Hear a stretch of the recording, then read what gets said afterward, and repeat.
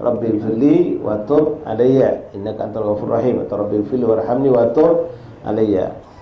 Wa hadha alladhi qalahu, inilah pendapat Imam Rabi' bin Hutsaim rahimahullah taala. Wa hadha alladhi qalahu min qawli Allahumma ighfirli wa tub alayya hasan. Maka dikomentari oleh Imam Nawawi dan banyak ulama. Kalau tadi beliau mengatakan yang tepat itu adalah Allahumma ighfirli wa tub alayya, memang kami sepakat, kata Imam Nawawi. Pendapat itu benar, pendapat itu bagus. Kalau kita mengucapkan Rabbi ighfirli, Allahumma ighfirli wa tub alayya, kita meminta kepada Allah, ya Allah ampunilah aku dan aku taubatilah aku, terimalah taubatku. Wa tub alayya. Allahumma ighfirli wa tub alayya hasan, itu adalah satu yang baik. Wa amma karahtul astaghfirullah wa tasmiyatu kadzaban fala tuwafiqu alaih. Tapi ucapan Al-Imam Syekh Rabi' bin Hutsaim yang mengatakan tidak boleh, hukumnya makruh, mengatakan astaghfirullah, ucapan astaghfirullah itu makruh, wa atubu ilaih itu adalah suatu yang dikatakan makruh, kami tidak bercocokan, kata beliau. Para ulama kebanyakan tidak bercocokan, tidak sependapat dengan pendapat tersebut. Mengucap astaghfirullah wa atubu ilaih dianggap suatu hal yang makruh.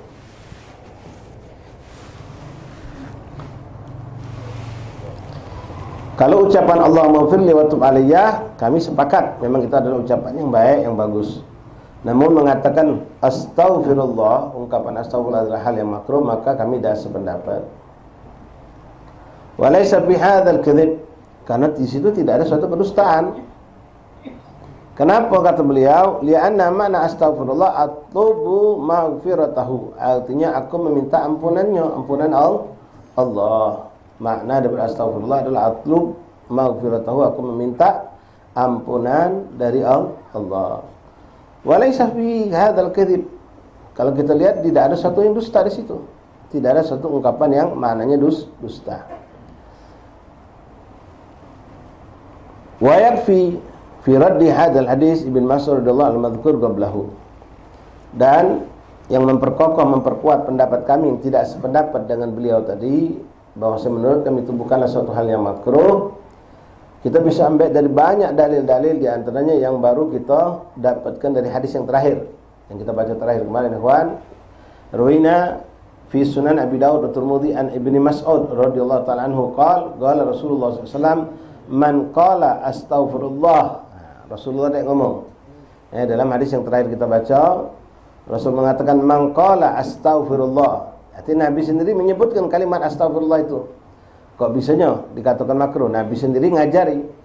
Maka ini pendapat menurut mereka tidak pas pendapat tadi. Karena banyak sekali hadis yang Nabi mengajarkan kita mengucapkan kalimat dengan astaghfirullah ketika kita meminta ampun sama Allah. Nah, dalam hadis yang dibawakan Nabi Mas'ud yang kita baca terakhir kemarin, hadis itu berbunyi, Nabi berkata, man qala astaghfirullah alladzi la ilaha illa huwal hayyul qayyum wa atubu ilaih. Astaghfirullah alladzi la ilaha illa huwal hayyul qayyum wa atubu ilaih. Di ujungnya pun ada kalimat wa atubu ilaih. Jadi dua kalimat yang dikatakan makruh oleh Syekh Rabi' Hutsaim ini, ternyata Nabi nyuruh kita mengucapkannya. Astaghfirullah wa atubu ilaih. Dalam kalimat di situ tambahan astaghfirullah alladzi la ilaha illa huwal hayyul qayyum wa atubu ilaih. Ghufirat dzunubuhu, maka diampunkan dosa-dosa orang tersebut, wa in kana gharfarra minal zahab, walaupun dia melakukan dosa besar. Jadi kata Imam Nawawi, pendapat tadi kalau sampai kepada kita yang mengatakan ucapan astaghfirullah atubu ilaih itu dianggap suatu hal yang salah, makruh diucapkan, itu pendapat yang tidak tepat. Pendapat itu tidaklah tepat. Namanya kadang-kadang kita ini dapat juga hal-hal yang pandangan-pandangan yang salah. Cuma subhanallah kadang-kadang nyampe tersebar sehingga seakan-akan itu suatu yang benar. Ada juga hal itu tidak salah, tapi kita tidak tahu caranya. Kita perlu cari tahu.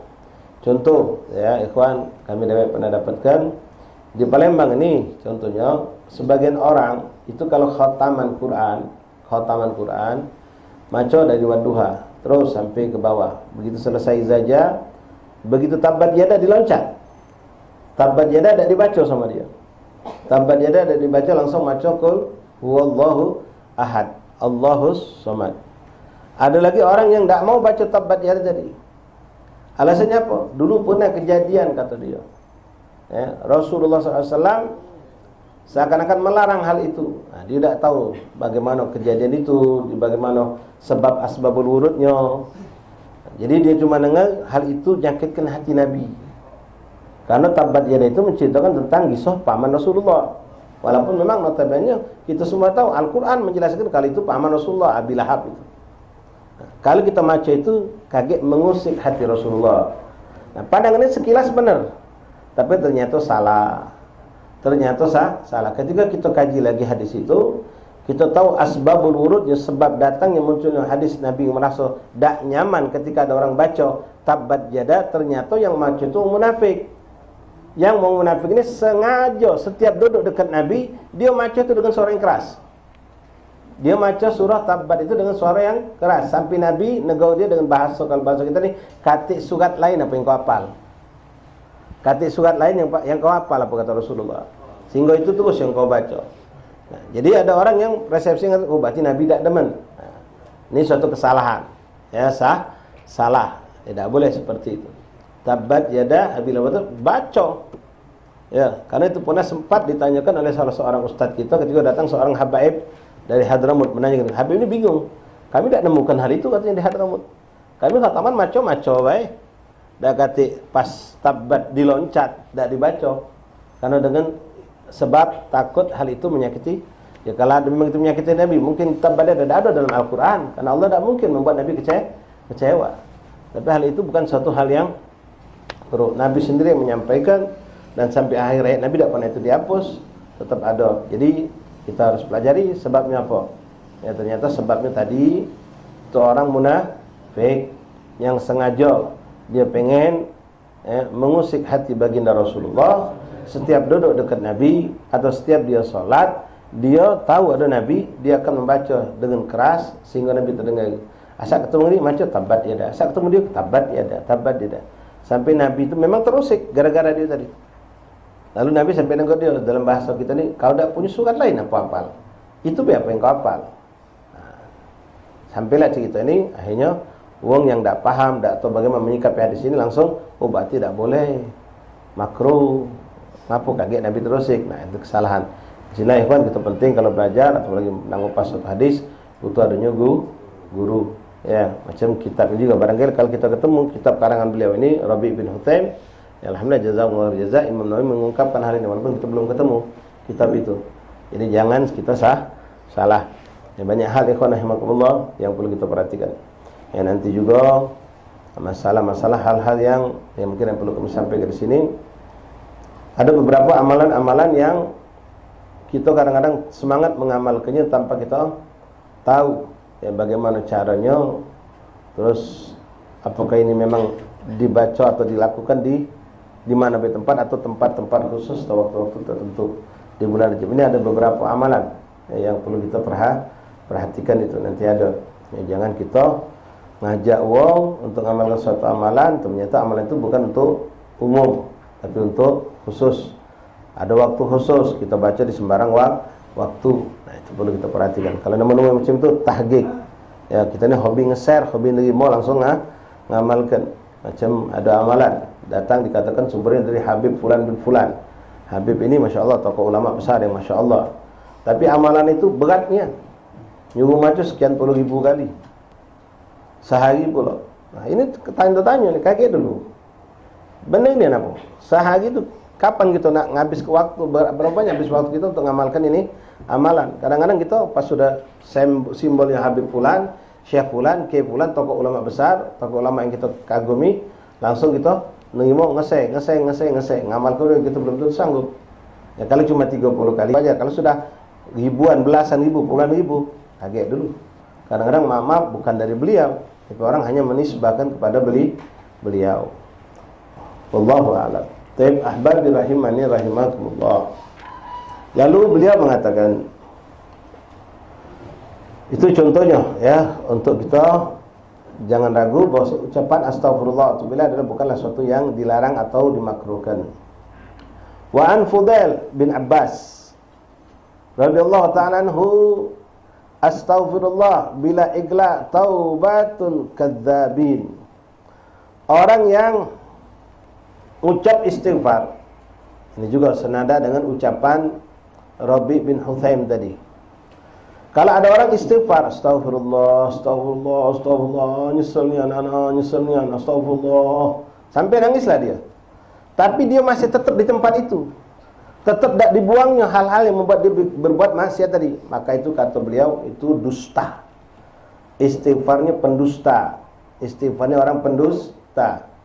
Kita berbuat maksiat, macam yang sering kami contohkan sama ikhwan di majlis ini, kita berhubungan dengan seorang perempuan yang bukan muhrim.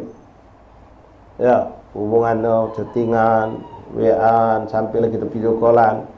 Hanya kita suatu saat dapat teguran tadi lewat seorang ustaz, seorang kawan mengingat kita dosa. Lalu kita istighfar. Tapi nama benci tadi tak kita hilang ke?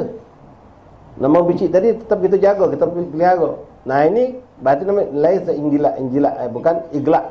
Atau orang itu tidak sungguh-sungguh dalam meninggalkan maksiat itu. Maka disebut ini namanya dusta. Ya, bahasa kita ni ya taubat sambal aja orang Indonesia. Giliran pas makan pedesan, dak lagi besok sugon-gong laju lagi. Ya, karena lemah sedap pas kepedesan dia ngomong dak lagi anak taubat, anak dak lagi nih sambal ini gilo, cabenya gilo katanya. Ya, pas besok lagi pun apa dingin jauh nasi panas, ada sambal laju masih. Nah, itulah istilah taubat sambal di bahasa kita nih. Artinya dia cuma sekedar saat itu baik, tapi dia tidak ninggalkan. Jadi kita tahu tempat makan itu, rumah makan itu makanannya sambalnya pedas, masuk lagi dia ke situ. Soalnya kalau orang berbuat taubatnya tidak lagi ke situ. Ada orang istighfar, kata Sayyidina Imam Fudail bin Abbas. Imam Fudail bin Abbas mengatakan radhiyallahu an, istighfar bila igla taubatul kadzdzabin. Istighfar tanpa kita meninggalkan perbuatan yang kita lakukan dari dosa, itu termasuk pendusta. Ya kalau kita bilang secara logika benar ucapan ini. Ya. Kau ni taubatkan ni kadzdzab, bohong. Macam orang ngaku cinta tapi dia tak ada melok. Kau ni cinta, kau ni bohong. Kalau cinta pasti melok, kau tak melok. Kalau kita untuk gitu sama Rasulullah misalnya. Wa yugharibuhu ma jaa an Rabi'atul Adawiyah. Seperti ini juga ucapan Sayyidatuna Rabi'atul Adawiyah, seorang perempuan sufi yang terkenal, min kibar auliyaillah. Beliau mengatakan galat istighfarna yahtaju ila istighfar katsir. Ini pun kami sering sampaikan ungkapan ini dari para ulama. Ya. Apa kata Rabi'atul Adawiyah? Istighfarnya kita ni butuh diistighfarkan lagi banyak-banyak. Istighfarnya kita butuh diistighfarkan lagi banyak-banyak, kata beliau. Ngapa? Istighfar kita dalam keadaan lalai. Istighfar kita kalau dengannya mari istighfar nak diistighfar ke kan? Kalau dari segi ungkapan kita dengar mari istighfar butuh diistighfarkan. Istighfar itu ibadah. Bahkan minta ampun, bukan maksiat, bukan satu kelalaian, bukan dosa, ngapa nak diistighfarkan? Ternyata pas kita kupas, kita tanyakan ngapa ungkapan itu terucap, ternyata maksudnya istighfar orang-orang yang istighfar tapi lalai. Mulut ucap istighfar, pikiran hati tidak ada sama sekali minta ampun sama Allah, tidak ada penyesalan pada dirinya. Sehingga kadang-kadang sampai muncul dalam sikap pun. Ini sering kita mungkin melakukan tanpa sadar. Pas kita istighfar habis salat misalnya, habis alhamdulillah rabbil alamin, astagfirullahalazim. Mulut astagfirullahalazim kita bergeser, kita lagi ke belakang, duduk di belakang sambil berjalan, tengok HP, tengok jam. Mulut jadi macam sudah nyanyian kita tanpa dibarengi dengan istighfar, dengan nadam, dengan penyesalan, dengan kita taubat kepada Allah tidak. Nah, astagfirullah yang seperti itu butuh diistighfarkan. Kata Sayyidatuna Rabi'atul Adawiyah, istighfarna yahtaju ila istighfari katsir. Wa an ba'dul a'rab annahu ta'allaqa bi asatir Ka'bah. Ada juga sebagian orang-orang Badui diceritakan